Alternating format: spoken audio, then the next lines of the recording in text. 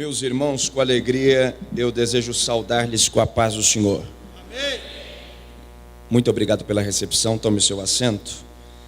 Eu quero agradecer a Deus pela oportunidade de estar aqui na igreja de Santo Amaro, louvando ao Senhor pela liberdade de retornar a esta casa de oração, rever o pastor Marco Júnior, que é um privilégio dado por Deus, desfrutar de sua amizade.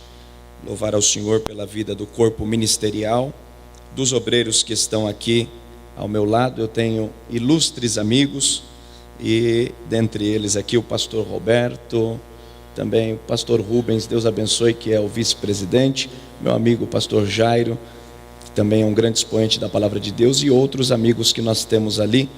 É uma satisfação revê-los e poder cumprimentar-lhes nessa oportunidade. Outros irmãos que estão na nave do templo. Santo Amaro é uma igreja que faz parte da minha história. Eu me lembro que eu comecei a pregar já de muito tempo. Eu não sou tão velho assim, mas também já tenho um tempinho de estrada. E eu me lembro que o primeiro congresso de crianças que eu preguei foi no Ministério de Santo Amaro. Eu tinha 8 anos de idade e preguei lá no Parque Regina. Nem sei quem é que está pastoreando lá. Pastor Wagner, mande o meu abraço a ele. E Santo Amaro sempre nos abriu as portas e Deus nos abençoou muito. Era na época que confeccionávamos aquelas fitinhas cassete. Quem se lembra daquelas fitas cassete? Eu não sou tão antigo assim, mas sou meio pré-histórico, né? E retornar aqui a Santo Amaro é sempre uma alegria. Temos consideração ao pastor da igreja, ao ministério. Nós amamos esta casa e desde que eu recebi a ligação do pastor para que estivesse aqui, o meu coração se alegrou e eu quero agradecer a Deus pela oportunidade. Também estar junto de minha esposa, também do Jaziel, da cantora Michele Marques. Deus abençoe, amigos, e a todos os irmãos. Eu sei que Deus tem uma palavra para o nosso coração aqui. Quem quer ouvir Deus, dê um sinal com a sua mão. Diga para a pessoa que está do seu lado: Deus vai falar com você. Se você puder, abra sua Bíblia comigo, o Evangelho de Lucas. Lucas, o capítulo de número 8. E o versículo de número 41. Lucas 8, versículo de número 41.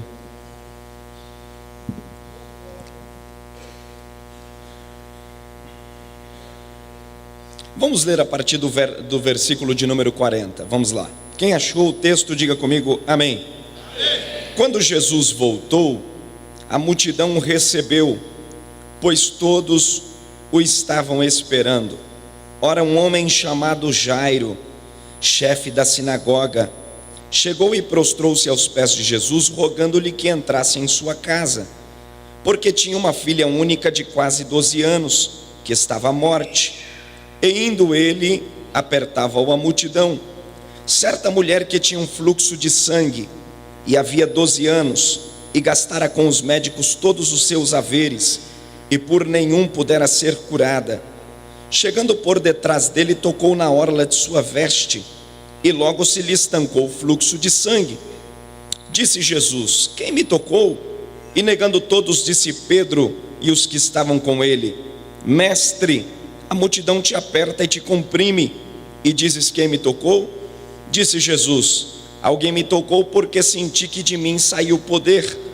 Então, vendo a mulher que não podia ocultar-se, aproximou-se tremendo e, prostrando-se ante ele, declarou-lhe diante de todo o povo o motivo por que o havia tocado e como logo sarara. Então ele lhe disse: tem bom ânimo, filha, a tua fé te salvou, vai-te em paz. Estando ele ainda falando, chegou um dos principais da sinagoga e disse: a tua filha está morta, não incomodes o mestre. Jesus, porém, ouvindo isto, respondeu-lhe: não temas, crê somente, e ela será salva. Chegado a casa, a ninguém deixou entrar, senão Pedro, Tiago, João, bem como o pai e a mãe da menina. Todos choravam e a pranteavam. E ele disse: não choreis, ela não está morta, mas dorme. E riram-se dele, sabendo que ela estava morta. Mas ele, pegando-a pela mão, clamou: levanta-te, menina. O seu espírito voltou, e ela logo se levantou, e todos glorificavam a Deus. Eu quero chamar a sua atenção, se você puder, repita comigo no versículo de número 41, que diz a seguinte palavra: ora, um homem chamado Jairo. Vamos lá, repita isso comigo. Ora, um homem. O versículo 43 diz: certa mulher. Repita isso comigo. Diga de novo. O 48 diz: tem bom ânimo, filha. Vamos lá. Tem bom ânimo. E o 54 diz: levanta-te, menina. Então, para a gente gravar, diga: um homem chamado Jairo. Certa mulher. Diga mais forte: certa mulher. Tem bom ânimo, filha. E levanta-te, menina. Pastor, por que é que o Senhor pediu para que nós repetíssemos esses 4 versículos? O segredo do texto do capítulo de número 8, ele está inserido algumas verdades, principalmente nesses versos que nós acabamos de ler. A exposição do texto, de todo o contexto do livro de Lucas, o capítulo 8, está aqui o destaque de 2 sociedades. A primeira sociedade é uma sociedade que nós conhecemos pelo nome. É uma sociedade rica, é uma sociedade respeitada. Essa sociedade, ela tem nome. Qual é o nome dessa sociedade? A sociedade de Jairo. A segunda sociedade, ela está no versículo de número 43, que ela é uma sociedade anônima.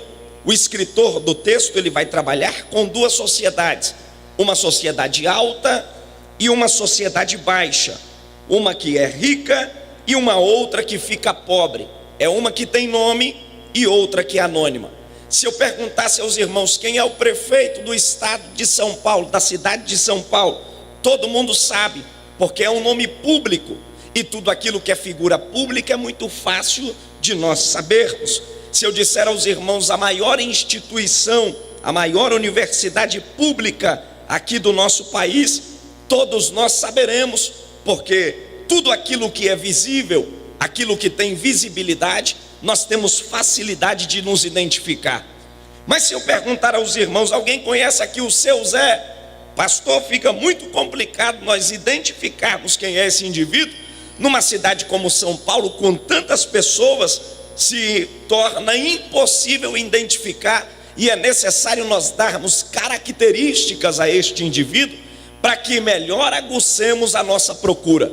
Então eu vou dizer: o irmão Zé é alguém que congrega na igreja sede de Santo Amaro, do ministério de Santo Amaro. É um senhor, ele tem um Fusca, é de 68 anos, é amarelo. Ele faz questão de parar na porta da igreja. O carro só pega no tranco. Quando liga, precisa de 4 irmãos para empurrar, porque faz muita fumaça e dá muito trabalho. Todo mundo vai saber quem é, por conta do prejuízo que esse irmão Zé carrega consigo, que já é um carro avançado em época, em tempo. Então, nós vamos identificar as pessoas por aquilo que ela tem. Perceba que se há alguém aqui, ou se no meio da família, uma pessoa que um dos seus filhos ou um de seus amados parentes, por certo, sofre de algum problema com drogas, vamos dar um nome simples: a irmã Maria. Que irmã Maria? Aquela que o filho é usuário de drogas. É muito mais fácil você identificar a irmã Maria pelo problema que ela tem, que é ter um filho que é usuário e dependente de drogas, do que você dizer o nome dela, porque é um nome comum. O escritor está querendo mencionar exatamente isso. Ele está querendo distinguir a família de Jairo, a sociedade de Jairo, e separar desta mulher que nem nome ela tem no texto. Ela não é conhecida pelo seu nome. Existem algumas especulações que essa mulher pode ter sido chamada de Maria, Verônica, mas nós não temos comprovação bíblica. O certo é que ela é chamada de mulher do fluxo de sangue ou mulher imunda. E aí o texto vai fazer um paralelo entre Jairo e entre esta mulher. Quem é Jairo? Jairo é chefe da sinagoga. Por ser chefe da sinagoga, ele representava a sua religião. Era alguém de um poder tão conhecido na sua cidade quanto na sua religião, que ele tinha respeito de todos que estavam nas regiões e nos lugares aonde Jairo passava.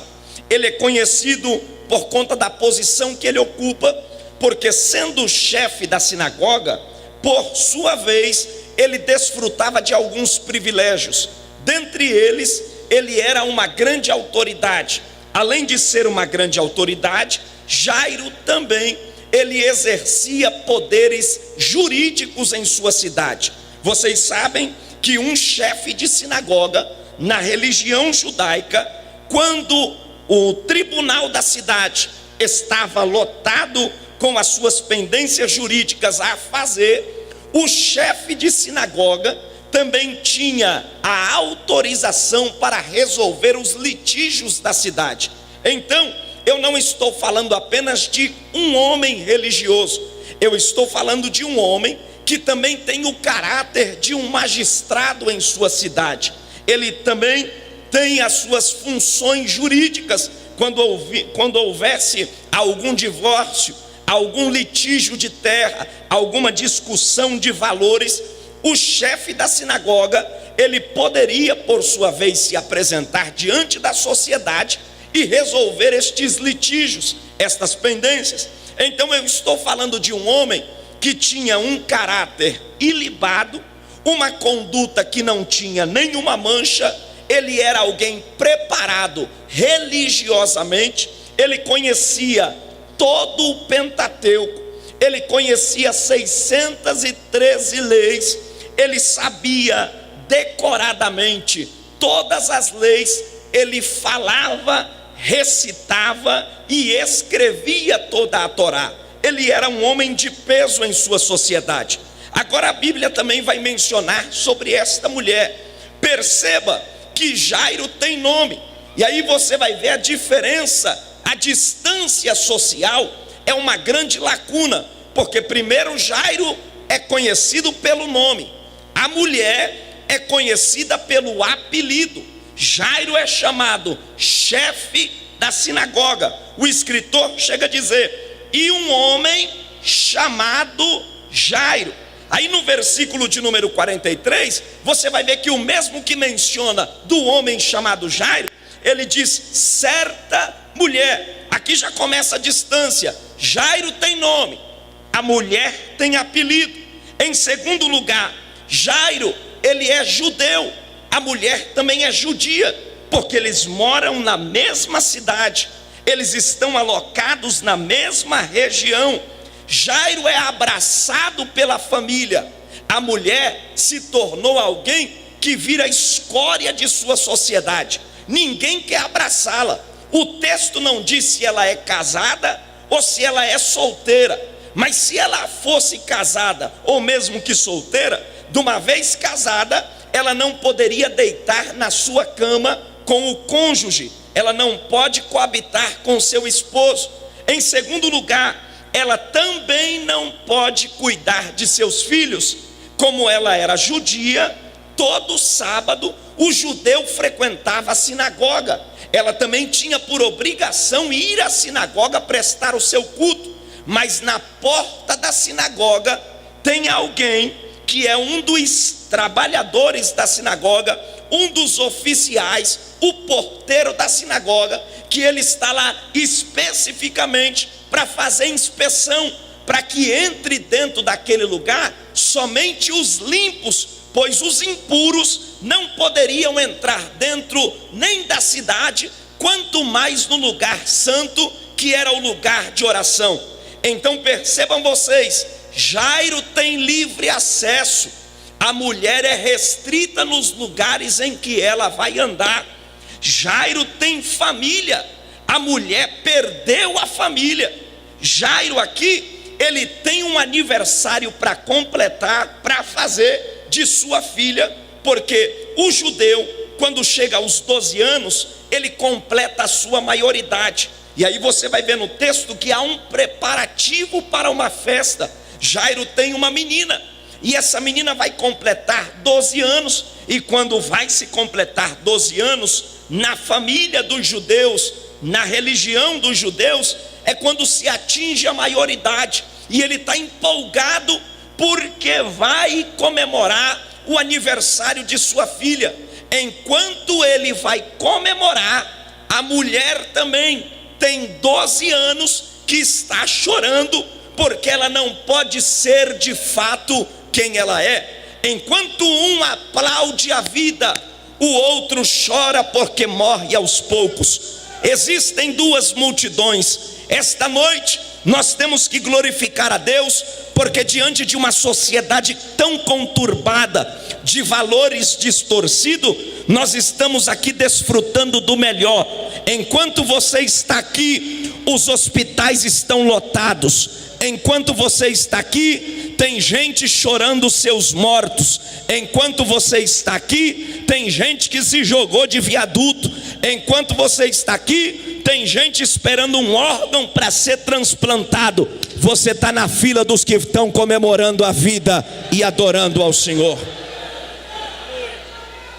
Mas isso não nos ausenta de olharmos para a realidade desse texto. Isso não nos ausenta de olharmos para o que o escritor vai descrever. Você vai observar que Jairo é aplaudido, Jairo é abraçado. E aí Jesus está aqui andando pela região.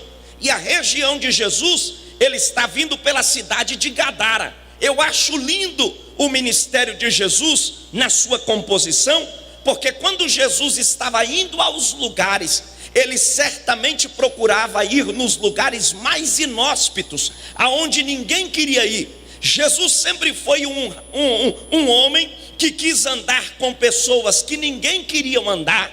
Ele quis abraçar gente que ninguém quis abraçar. Ele quis ir a lugares e frequentar ambientes que também era menosprezado pelos judeus. Ele vai à casa do publicano, ele abraça aquela mulher que é chamada de prostituta, ele chama Mateus, que estava na coletoria cobrando impostos, que também é um publicano. Ou seja, o evangelho de Jesus, na sua essência, sempre foi mostrar a graça para gente ruim, aonde ninguém era aceito, aonde a sociedade discriminava, aonde as pessoas queriam distância, a graça entrava e operava a maravilha. Ei, se Jesus estivesse nos dias de hoje, talvez eu vá chocar alguém com o que eu vou falar aqui nessa noite, mas se Jesus estivesse aqui hoje, em São Paulo, na capital, é possível que o último lugar que ele teria passado seria aqui neste culto. Por quê, pastor? Porque aqui estão os sãos, aqui estão os adoradores. É possível que encontraríamos Jesus nos bares da cidade, nos lugares perigosos, nas bocas de fumo, nos lugares de tráfico, porque ele diz: eu vim para os perdidos da casa de Israel.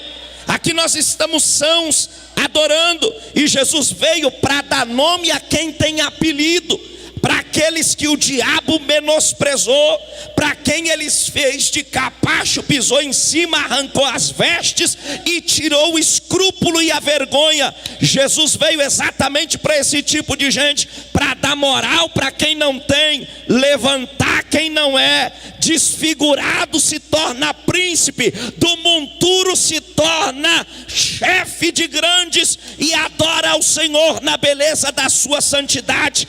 Esta é a grandeza do evangelho. E é possível que eu estou pregando aqui no meio de príncipes e princesa, alguém sentado aqui sem nome, sem crédito, sem valor, sem moral, sem respeito. Eu tenho uma notícia para te dar: Jesus arranca o apelido hoje e coloca nome em você para restaurar a sua moral. Pegue na mão da pessoa que está do seu lado, diga para ele, diga para ela: o evangelho veio para dar nome a quem tem apelido. Glória a Deus. Glória a Deus. O evangelho tem essa função. O texto vai nos dizer que Jesus está passando pela cidade de Gadara. Quando ele passa pela cidade de Gadara, ele vai fazer algo que é inusitado para os gadarenos, porque na cidade de Gadara tinha um homem que também não tinha nome, ele era apelido. Qual era o apelido dele? Gadareno. Gadareno não era seu nome, Gadareno era o nome da cidade, ou seja, Gadara era o nome da cidade, e ele passou a ser chamado de Gadareno, porque ele era o perturbador da cidade. Quem passava em Gadara sabia que lá existia um homem que não tinha escrúpulo, que não tinha graça, que era cheio de demônios, que perturbava a vizinhança, que dormia dentro de sepulcro, que comia vísceras mortais, até que Jesus chegou para recobrar a sua memória. E quando Jesus chegou para recobrar a sua memória, Jesus causa um movimento na cidade, porque o moço não era rico, ele possivelmente não tinha a sua memória sã e não tinha nada ao que oferecer a Cristo. Mas Jesus veio para as ovelhas desgarradas de Israel e trazer aqueles que não são para a sua maravilhosa luz. E ele segue o seu caminho. Quando ele passa em Gadara, recupera a moral daquele moço, dá ao homem o seu devido valor na sociedade. O texto vai nos dizer que ele vai caminhando para a cidade de Jairo. Eu disse a vocês que Jairo é um homem do poder executivo. Ele é um homem do poder religioso na sua cidade. Não era qualquer pessoa. E só que a fama de Jesus já era estendida pela sociedade de Jairo. Jairo acreditava em Jesus, porém ele só acreditava de longe, porque ele tinha um protocolo. Ele era o homem da lei, ele era o homem que estava envolvido com os rudimentos da lei, e a lei o engessava. Ele tinha uma liturgia dentro da sinagoga, e ele não podia mostrar a sua crença em Cristo, de maneira que ele seria expulso pelos escribas, pelos fariseus, pelos doutores da lei. Então ele sabia que Jesus fazia um bom papel social, cuidava dos pobres, alimentava os necessitados, curava as enfermidades, expulsava os demônios, operava maravilhas, ele fazia milagres acontecer. E Jesus certamente começa a fazer o seu ministério, e Jairo não interfere. Só que a Bíblia vai nos dizer que o ministério de Jesus começou a se deslanchar desde o primeiro dia que ele entra pela primeira vez na sinagoga. Quando Jesus entrou pela primeira vez na sinagoga, alguns escritores acreditam que esta sinagoga era a sinagoga que Jairo era doutor. Jairo, ele não era apenas chefe de uma sinagoga, Jairo era chefe de uma região. Ou seja, vamos entender aqui que Jairo estava mais ou menos na condição do nosso pastor Marcos, que é líder de uma região, cuidava de um grupo de igrejas. Este era Jairo. Jairo era um homem conceituado, um homem respeitado. E Jesus, por ser judeu, ele não atacava a lei, ele respeitava os princípios judaicos, e ele, como um bom judeu, ele vai para dentro da sinagoga. E o texto nos diz que quando Jesus entrou na sinagoga pela primeira vez, ele causa um burburinho, porque eu nunca vi Jesus ir num culto para não acontecer nada. Culto que Jesus vai, sempre acontece alguma coisa. Eu queria que você perguntasse para a pessoa que está do seu lado: você está preparado para o que Jesus veio fazer aqui hoje? Pergunta para ele aí, pergunta para ele, toca nele aí, sacode ele, me ajuda a pregar. Diga para ele: você está preparado para o que Jesus... Eu vou usar uma expressão aqui bem aberta: você está preparado para o que Jesus vai aprontar aqui dentro hoje? Você está preparado? Porque tem gente que não está preparado, Tem gente que se assusta porque ele é muito litúrgico, ele é muito engomado, ele é muito protocolado. E o problema dos escribas e dos fariseus é que Jesus quebrava a regra. Não podia andar no sábado. Jesus foi logo no paralítico e disse: rapaz, você está há quanto tempo aí? Eu já estou aqui 30 e poucos anos. Pois então, tu não vai passar no tanque não. Põe essa cama na cabeça e sai andando. E o texto diz que o rapaz pega a cama, sai andando. Escute, tinha uma quantidade de passos para andar no sábado. O judeu não andava aleatoriamente no sábado, tinha uma quantidade de passos para andar. Agora você imagina comigo, um homem que está há 38 anos na cama deitado, pode andar agora, está com a cama na cabeça, ele lá vai contar quantos passos ele tem que andar? O texto diz que ele esqueceu, colocou a cama na cabeça e saiu. Foi andando, e alguém chegou e disse: rapaz, você não está percebendo que não se pode andar demasiadamente? Quem foi que aprontou isso com você? Ele disse: quem foi eu não sei, eu só sei que ele mandou colocar a cama na cabeça e eu estou aí.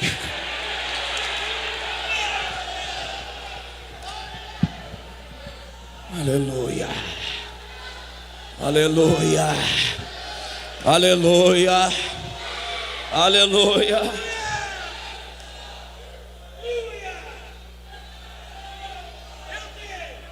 Ele entrava no templo, ele causava rumor. Ele entrava na sinagoga, ele causava reboliço. O texto diz que quando ele entrou na sinagoga pela primeira vez, ele vem na sinagoga e ele está sentado. Outra coisa, eu estou vendo as irmãs aqui, minha esposa, a irmã Michele, sentada nas primeiras cadeiras. Se você estivesse numa sinagoga de judeu, nunca uma mulher poderia sentar na primeira cadeira. A mulher não senta numa primeira cadeira de sinagoga, porque na primeira cadeira se assenta os anciãos. Depois vai se assentando por ordem de idade. As mulheres é do meio para trás até chegar as crianças. E na tribuna da sinagoga, para que vocês entendam melhor, no altar da sinagoga, ao lado existe uma arca. E dentro dessa arca tinha rolos de pergaminho, vários rolos. E nesses rolos continham vários rolos dos profetas, que lá estavam todos os profetas do Velho Testamento: Isaías, Zacarias, Sofonias, Malaquias, Obadias, Jeremias, Ezequiel, Daniel, dos maiores aos menores. Jesus estava sentado no meio.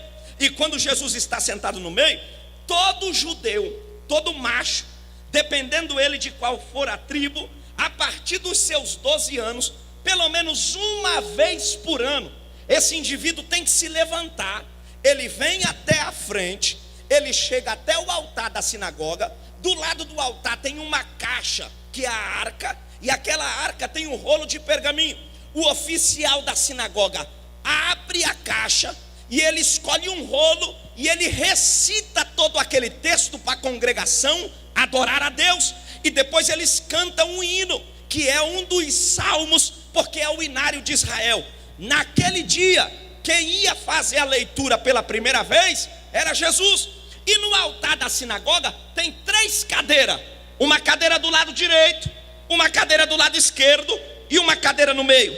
A cadeira da direita e a cadeira da esquerda, ela poderia ser ocupada quando se chegava um chefe de sinagoga ou alguém de uma tribo importante, como da tribo de Levi, como da tribo de Judá, como da tribo de Benjamim. Eles se assentavam nas pontas, porque certamente eles iriam presidir a reunião. Mas numa cadeira do meio, na sinagoga, ninguém se assenta, porque na crença dos judeus, Jesus que estava ali não era o Messias. E para os judeus, quem se assentaria na cadeira do meio é o Messias que ainda há de vir. Você vai falar para um judeu a respeito de Jesus, ele nunca vai acreditar, porque ele não acredita que Jesus é o Messias. Jesus foi um bom homem, um homem bom, um grande profeta, porém um homem como qualquer outro profeta. Mas o texto diz que Jesus fez a leitura oficial naquele dia. Era sábado.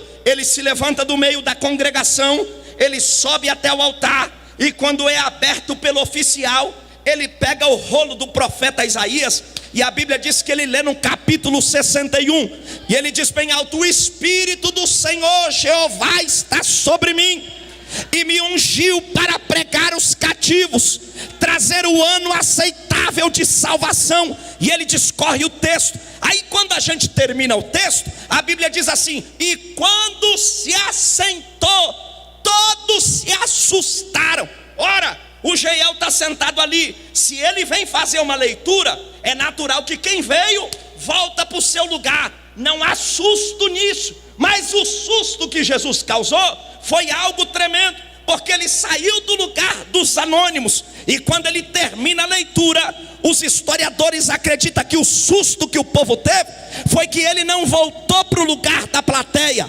Ele sentou na cadeira do meio e disse: cumpriu o que o profeta profetizou. Chegou o dono da cadeira, chegou aquele que Isaías fala. Ele estava querendo dizer: quem manda aqui não é Jairo, quem manda aqui não é chefe de sinagoga, quem manda aqui é o Messias escolhido, separado, é ele que está no meio. Quem manda na igreja é ele.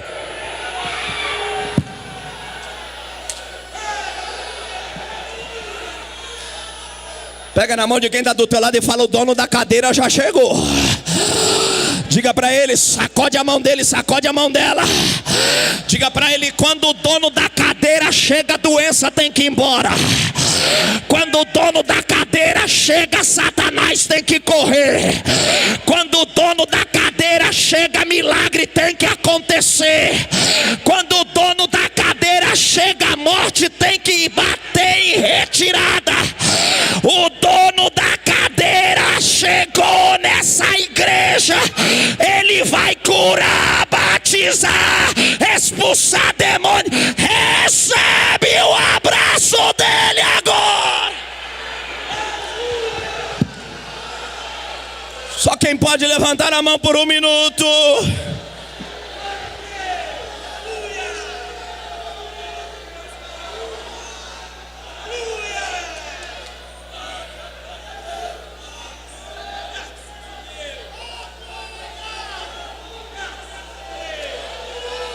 Aleluia, aleluia.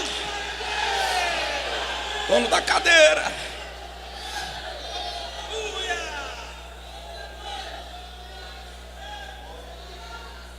Escute vocês, essa mulher, ela é judia. Escute aqui, eu não estou falando de uma mulher leiga. Ela é judia.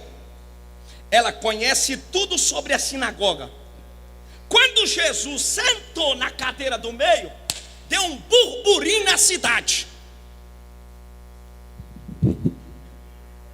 Escute aqui, é a mesma coisa que eu chegar aqui e peitar o pastor Marcos e dar de peito com ele aqui. Vocês imaginam que se eu crio uma discussão com ele aqui agora, como é que o ministério não fica sabendo? Alguém vai falar: você sabia que o pastor Gilmar chegou na igreja 7 de Santa Amaro e começou a brigar com o pastor presidente? Porque fofoca rola rápido. E sabe como é que ficou o apelido de Jesus na cidade de Jairo? O homem da cadeira. Alabaxaia, Xalaia.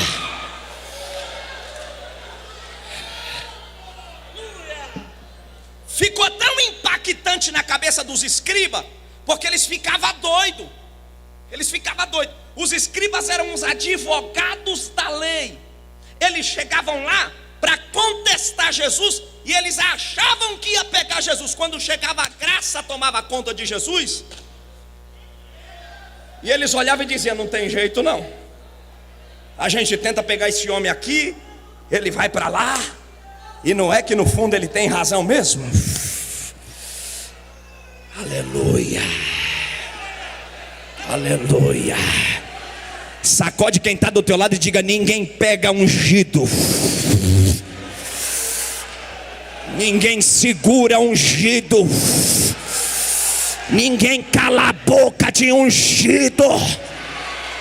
Pode amarrar ungido, Deus desamarra ele.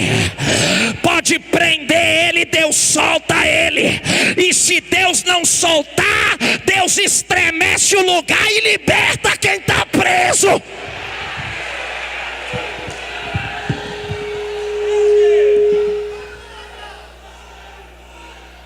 Espírito do Senhor estava sobre ele.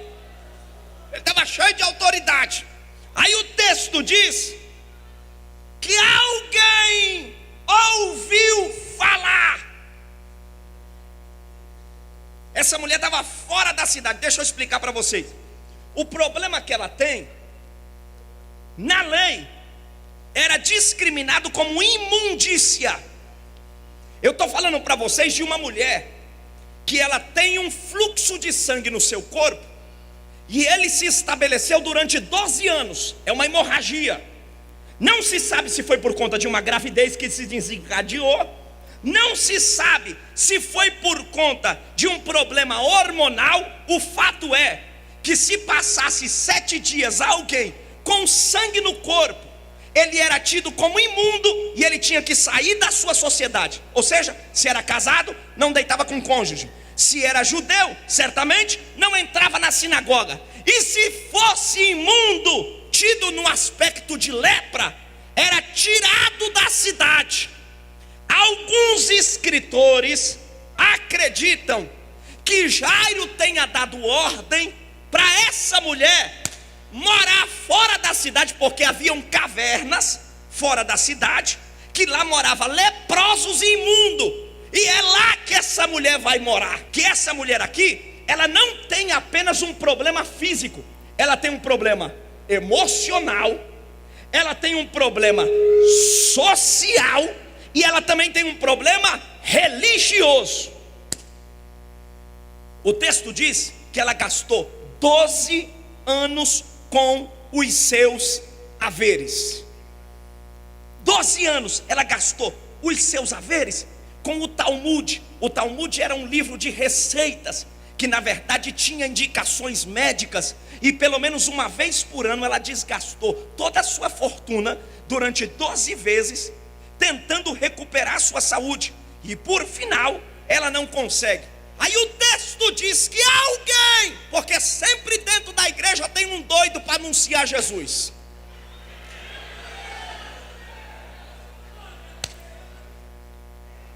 Aí alguém saiu dizendo: o homem da cadeira. Deixa eu explicar para vocês aqui. Entenda aqui comigo. Essa mulher, ela não vai ter o atrevimento de se chocar com a religiosidade dos judeus, porque ela sabe que ela ia ser barrada. E para ela fazer o que ela faz, ela tem que ter muita certeza. E o que falaram para ela tem que ser algo muito convincente. E é possível que esse que testemunhou de Jesus deve ter dito para ela, vamos dar um nome a ela aqui, Maria. Maria, esse homem que está vindo aí, ele colocou o dedo no ouvido do indivíduo, colocou, cuspiu na boca dele, colocou a saliva e disse: Efata, abre-te. E o moço ouviu e falou. Esse mesmo homem, ele também no tanque de Betesda operou o milagre de fazer o paralítico andar. Esse homem curou cego, ressuscita gente, limpou o endemoniado de Gadara. E tem um detalhe: ele sentou na cadeira de Jairo.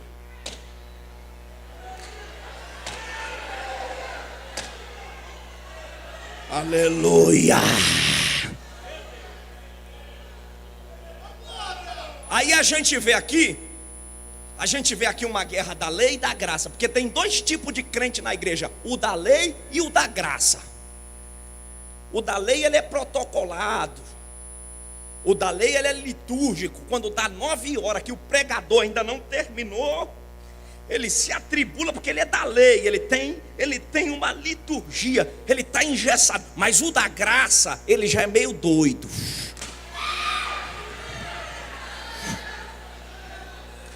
Quem é da graça, irmão? Só quem foi muito perdoado, só quem foi muito abraçado, só quem sentiu muito a graça para saber o que é. Quando você vê alguém pulando, gritando, rodando, babando, se jogando no chão, não reclama não, porque você não sabe de onde ele veio, quem era ele. A graça alcançou ele e ele tem que se expressar. Se você não quer pular, nós respeita. Se você não quer dar glória, nós respeita. Mas deixa quem é da graça navegar, por favor. Deixa. Pergunta para quem está do teu lado aí: tu é da lei ou é da graça? Pergunta aí. Pergunta aí. Se tiver alguém da lei, vai entrar para a graça aqui hoje.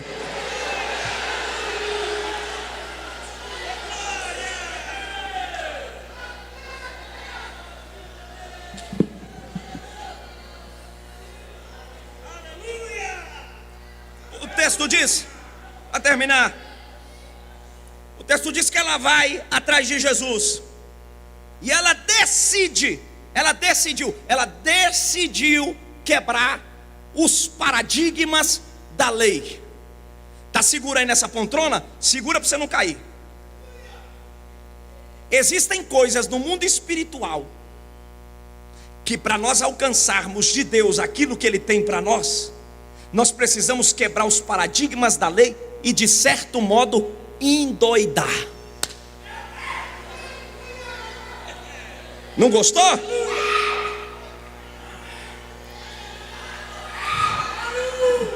O diabo não respeita bonitinho, sapatinho de veludo, bolsinha de marca, cabelo bonitinho, carro do ano.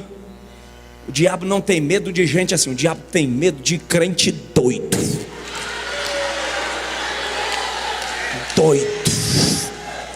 Que não tem protocolo, que se Deus chamar ele para guerra, ele guerreia de manhã, de tarde, de noite. Aleluia. Eu estou percebendo que eu estou pregando para um povo doido aqui. E a melhor coisa é pregar para gente doida, porque quando você prega para um povo doido, a graça desce e as revelações vêm na mente, na cabeça, no coração. A pior coisa é pregar para a igreja travada. A pior coisa é pregar para a sinagoga de Jairo. Fica um monte de examinador te olhando. Não gostei da hermenêutica, não gostei da exegese, não gostei. Mas não tem poder, não tem graça, não tem virtude, não tem óleo. Paralítico não anda, cego não vê. Agora quando a graça está presente, pode não saber muito ABC, pode não falar muito português, mas a glória desce, o paralítico anda, o cego vê. Receba a graça agora.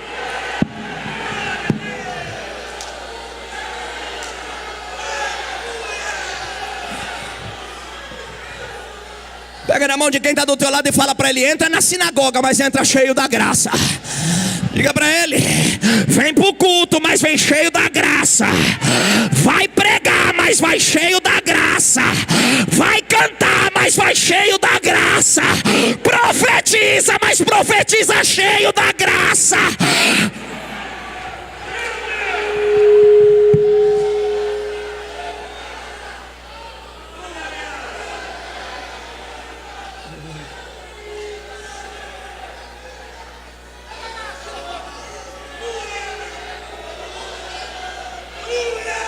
Aleluia!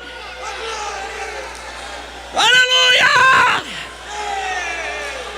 Olha a graça aí. Olha a graça aí. Olha a graça na galeria. A graça vai passar aqui agora. Aonde tiver alguém querendo a graça graça vai tomar este ambiente dos quatro cantos. Aleluia. Para terminar, o texto diz que ela decide ir atrás de Jesus. Quando ela decide ir atrás de Jesus, ela conhece da lei. Jesus se veste como um sacerdote. ele passa um pano pelo pescoço que desce até os pés. Lá tinha 613 fios, que é o talite. Ela está debilitada, porque ela tem 12 anos de fluxo, no mínimo cadavérica, e Jesus estava acompanhado de aproximadamente 2.000 pessoas na cidade. Você imagina o tumulto. Então é possível que ela não tivesse conseguido, por força própria, empurrar a multidão, porque um dia de hemorragia debilita o indivíduo. Imagina 12 anos. Mas a loucura dela, escute aqui, a loucura dela espantou todo mundo. Vocês se lembram de Davi? O texto diz que Davi estava preso numa terra forasteira, não tinha recebido ainda a cadeira de Deus para ele, e chegou o rei de Gate para matá-lo. E alguém mandou recado dizendo: Davi, vem aí alguém te matar. E ele estava junto com os endividados. Ele pensou consigo: o óleo ainda não foi sobre a minha cabeça. O Senhor me separou, mas eu ainda não assentei naquilo que havia de fato preparado para mim. Quer saber de algo? Eu vou endoidar aqui. O texto diz que o rei chegou na caverna. Quando viu Davi estava convulsionando no chão, rosnando e babando. E o rei olhou para Davi e disse: como é que a gente mata esse indivíduo se já está doido? Deixa esse doido viver, porque é melhor esse doido vivo aí do que a gente matar. A gente vai ter prejuízo. É melhor um doido vivo do que um espertinho da lei.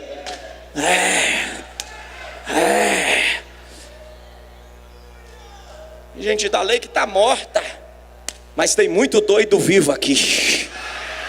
Tem. Está cheio de doido espiritual. E o doido espiritual, ele quebra as regras da lei. Ele quebra as regras, os paradigmas. O médico diz: vai morrer. Ele diz: vai nada, vai é viver. Não tem mais jeito. Ele diz: tem jeito sim. Ela endoidou num bom sentido e entrou para dentro da cidade. E o texto diz que quando ela entra para dentro da cidade, ela encontra-se com Jesus. E quando ela encontra-se com Jesus, certamente ela procura o lugar oficial de suas vestes. Ela procura a orla. Ela teve que se abaixar. Ela estava com um incômodo de mulheres e era 12 anos, debilitada, frágil, fraca, anêmica, cadavérica, mas ela abaixou. Quando ela abaixou, a eficácia da santidade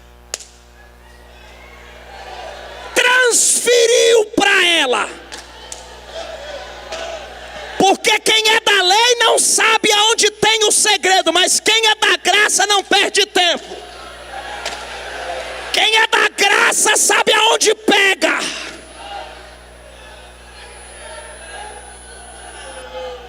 Tem gente que chega no culto e você olha para ele, ele parece um motor que pega no tranco, demora. Tem que fazer muito esforço para ele pegar. Agora tem gente que já chega, já vai entrando ali na porta, já chora. Não pergunta quem é o pregador, quem é o cantor, ele já está se desmanchando.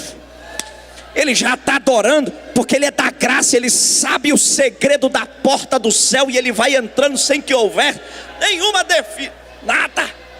Ele vai entrando. O texto diz que quando ela tocou, eu termino aqui. Jesus perguntou: quem foi que me tocou? Deixa eu dizer, para que se cumprisse, porque ela chegou lá sendo chamada de certa mulher, ela era chamada de imunda, e como ela era estigmatizada no meio de seu povo, Jesus precisava de sua manifestação pública para absolvê-la publicamente. Jesus disse: quem foi? Ela podia ir embora para casa curada sem dizer nada para ninguém, mas quem era o oficial da sinagoga que depois ia absolvê-la? Ela ia ter que provar, e não tinha como, porque a doença dela era uma doença física e num lugar inconveniente. Mas aí quando Jesus perguntou: quem foi? Ela disse: eu.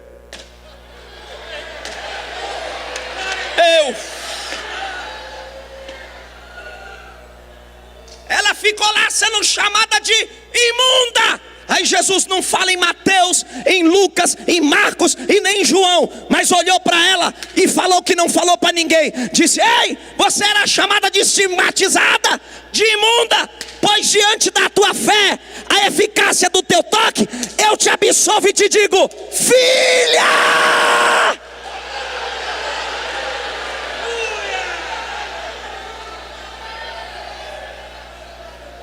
Pode orar, pode orar. Fica de pé.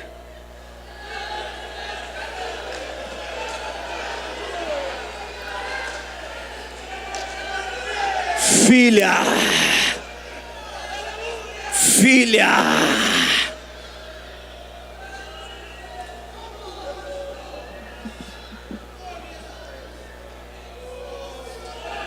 Ei, vamos pensar comigo aqui. Imagina vocês o burburinho que não deve ter dado na boca dos escribas, dos fariseus, todo mundo dizendo: ei, a imunda saiu sendo chamada de filha. Aleluia. Rapaz, e alguém deve ter dito assim: rapaz, e o pior não é nada, o pior é que sábado nós vamos ter que engolir ela lá dentro da sinagoga, porque a mulher ficou limpa. E quem foi? O homem da cadeira. Oh glória, oh glória. Escuta, escuta, para terminar. Aí o texto diz que Jairo está lá apressado para fazer a festa, e daqui a pouco dá um piripaque na menina. E a mãe da menina, que era a esposa de Jairo, olhou para Jairo e disse: a menina está morrendo e ela vai fazer 12 anos, que é o bar mitzvah. É a festa de 12 anos que é a maioridade. Vai atrás do homem da cadeira que está aí na cidade, porque o caso da nossa filha é para a morte. E pelo que eu já fiquei sabendo, ele já absolveu a de 12 anos lá, e que o caso dela era ruim, então tu vai atrás dele. Aí quem era da lei agora fica crente e vem pela frente. Anda lá, xaramarraia. Deus está dizendo: a graça vai entrar de um jeito tão tremendo na tua casa, que até quem é da lei vai virar crente. Até quem é incrédulo vai passar a falar línguas. Até quem não gosta de dar glória vai virar pentecostal. Até quem não ia para vigília vai passar aí. Até quem não gostava de campanha e de matutino vai começar. Você vai ver, foi a graça.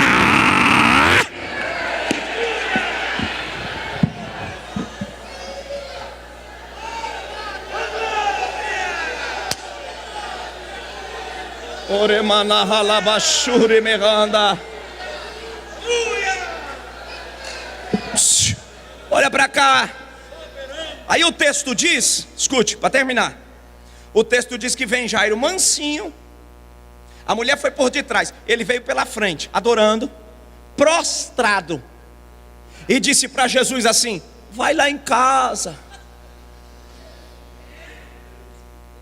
porque a mesma dor de barriga que dá no pobre dá no rico, viu, tribuloso? A mesma morte que bate na casa do pobre bate na casa do bonito. A mesma crise que bate na porta do feio, do bonito também bate.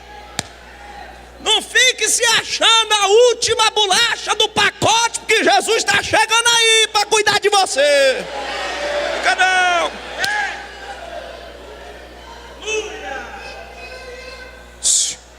Olhe para cá. É possível que alguém tenha até dito para Jairo, escute, é possível que alguém até tenha dito para Jairo: Jairo, faz alguma coisa para esse Jesus aí. Você não está vendo que ele está incomodando? Você não está vendo que ele está estigmatizando a lei? Ele está trazendo problema na cultura judaica. E é possível que Jairo, por crer de longe, deva ter dito: deixa ele está cuidando dos pobres. Deixa ele, deixa lá. deixa ele fazer o trabalho, deixa aquele doido lá. Mas no dia que a menina ficou doente, que era para completar a maioridade, a mulher de Jairo apertou e disse: vai lá. E lá vem ele mansinho. Aí Jesus fez que não entende e deixou a menina morrer, porque como o problema era de doutor, Jesus queria tratar de doutor para doutor. Para a mulher, escute, para a mulher foi mais simples, porque ela veio e se entregou, ela creu, e ela se prostrou e tocou.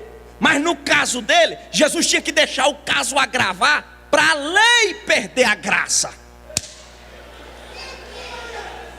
Ei, porque tem uns, escute, na esfera espiritual, tem uns que precisam de cura, e outros de ressurreição. Escute aqui, se a gente ouvir alguém aqui falar, Jesus curou, a gente até vai dar glória. Mas se trouxer um caixão aqui com um morto dentro, e a gente orar e ele levantar, tem gente que dá um pulo e se pendura naquele lustre. Por quê?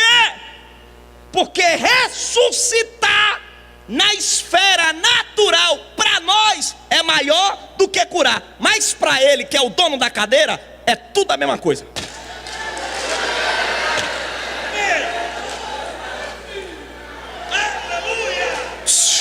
Escute, mas para provar para Jairo que ele também era doutor, porque Jairo era doutor, ele era chefe, doutor da lei. Aí Jesus esperou a menina morrer, e alguém bateu no braço de Jairo e disse: não incomoda mais ele, que a menina morreu. Jesus falou: o quê? Vou lá.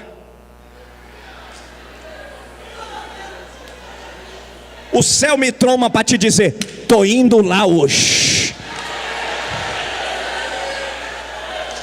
Cananto que barro que vassa.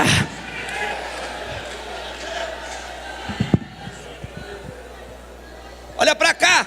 Jesus entrou dentro da casa de Jairo, botou as carpideiras tudo para correr. A menina estava deitada. E Jesus usa poucas vezes o aramaico na Bíblia, porque o judeu falava hebraico, grego e aramaico. Mas como era para caso de doutor, Jesus foi tratar com a morte como doutor.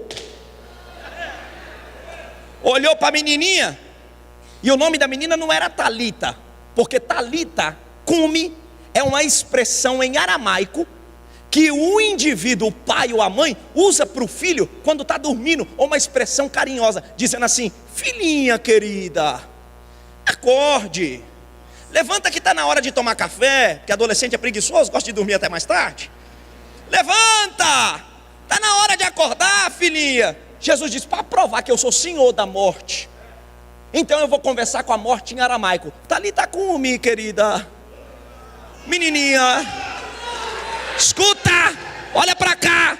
Se você tem alguém da tua casa que amanhece o dia e você percebe que ele não acorda, o que tu vai fazer? Pular em cima, respiração boca a boca, chama o SAMU, grita, balança, dá tapa na cara, joga álcool no nariz. Jesus diz: para provar que a morte para mim é que nem sono, Talitinha, filha, levanta.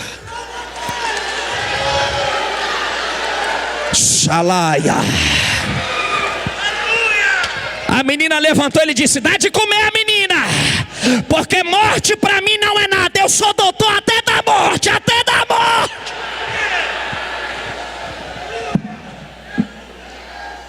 Tem alguém para Jesus aqui? Levante a mão. Afastado da igreja. Cadê você? Afastado da igreja. Aranda labachara marraia. Orecanta labachou. Eu quero perguntar: tem alguém aqui que é afastado da igreja? Cadê você? Cadê você? Você precisa ter um encontro com o mestre. Você chegou aqui de apelido, e a graça quer te abraçar aqui hoje. Tem alguém não crente aqui? Dê um sinal com a mão. Não crente, dê um sinal com a mão. Quer se encontrar com Jesus, receber perdão de pecados. Essa noite é noite aceitável, é noite memorável. Se tem alguém, vem à frente, porque hoje é noite de milagre. Eu estou te chamando porque Jesus quer te dar um abraço hoje. É noite de receber nome, é noite de receber vida, é noite de recuperar a moral. Se tem alguém, levante a mão. Aleluia. Eu percebo que todos aqui são salvos em Cristo. Cantora Michele, vem cá, rápido. Pega na mão do seu irmão aí, pode fechar os corredores, fecha o corredor. Isso, fecha, que todo mundo aqui é liberto, dá a mão. Isso. Glória. Naracalabachara Mahaya.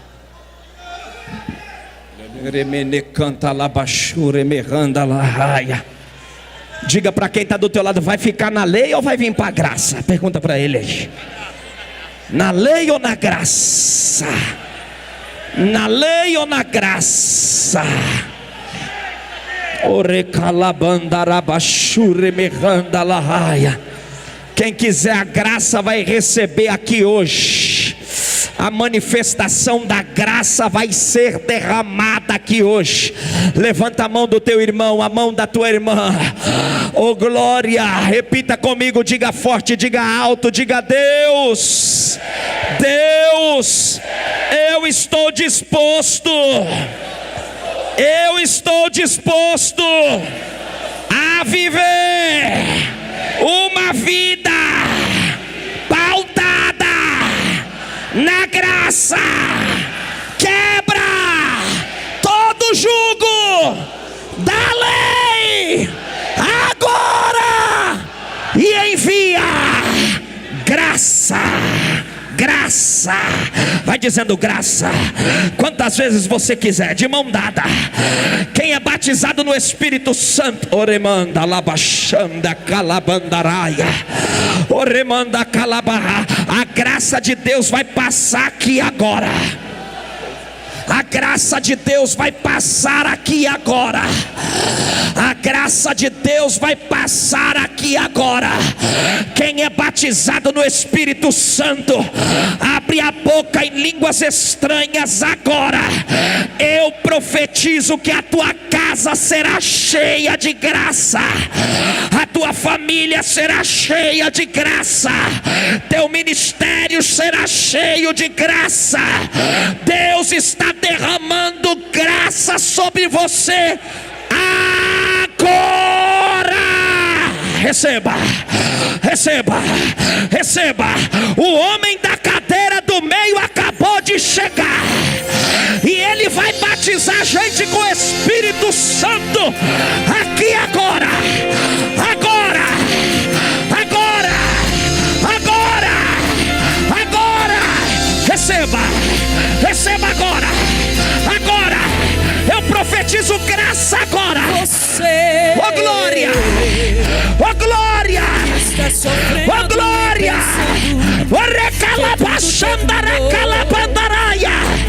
Seja tocado agora, seja cheio agora.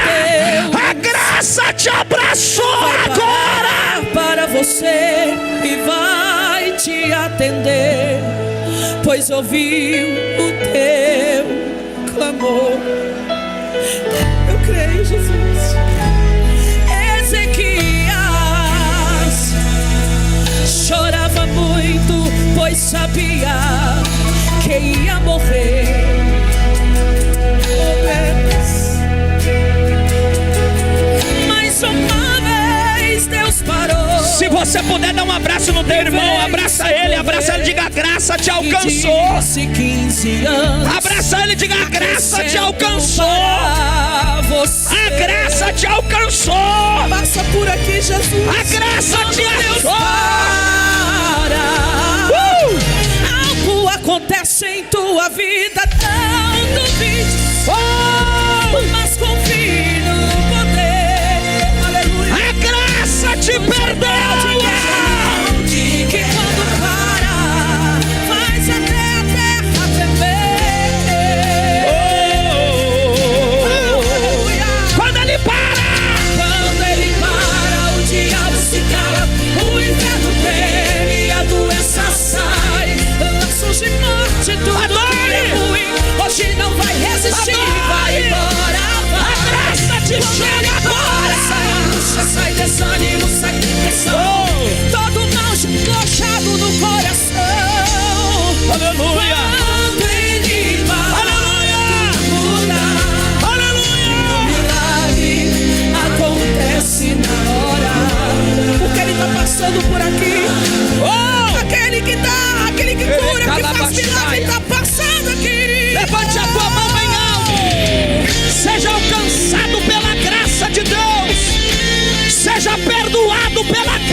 de Deus.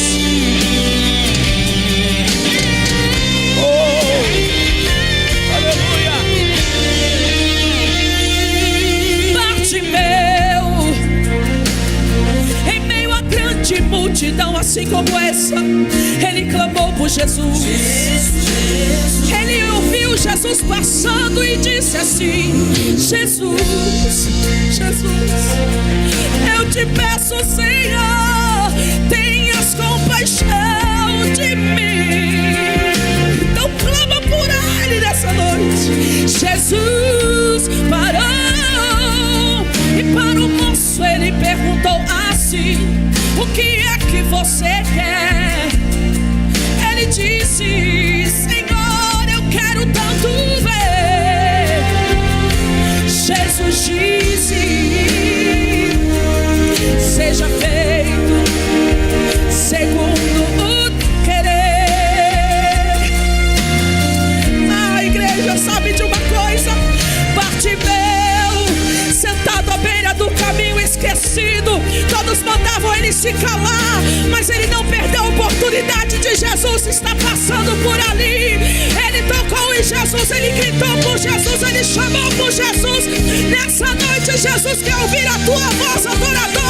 Toca nele, chama por ele, chama a atenção de Jesus nessa noite, porque ele está aqui. Quando ele para, o diabo se cala, o inferno treme, a doença sai, laços de morte, levanta a tua mão, recebe. Hoje não vai resistir, vai embora, vai. Quando ele para, sai angústia, sai desânimo, sai depressão, sai dependência de remédio, vontade de morrer. Em nome de Jesus, ele chegou para mudar o quadro, ele parou nessa igreja. O diabo se cala, o inferno treme, a doença sai. Laços de morte, hoje não vai resistir. Levanta tua mão, recebe a cura, recebe o milagre lá na tua casa, no meio da tua família. O gigante cai por terra nessa noite, porque Jesus entrou em cena para mudar o quadro. E o milagre está acontecendo agora. E o milagre, toma posse, acontece agora. Levanta a tua mão e recebe em nome de Jesus.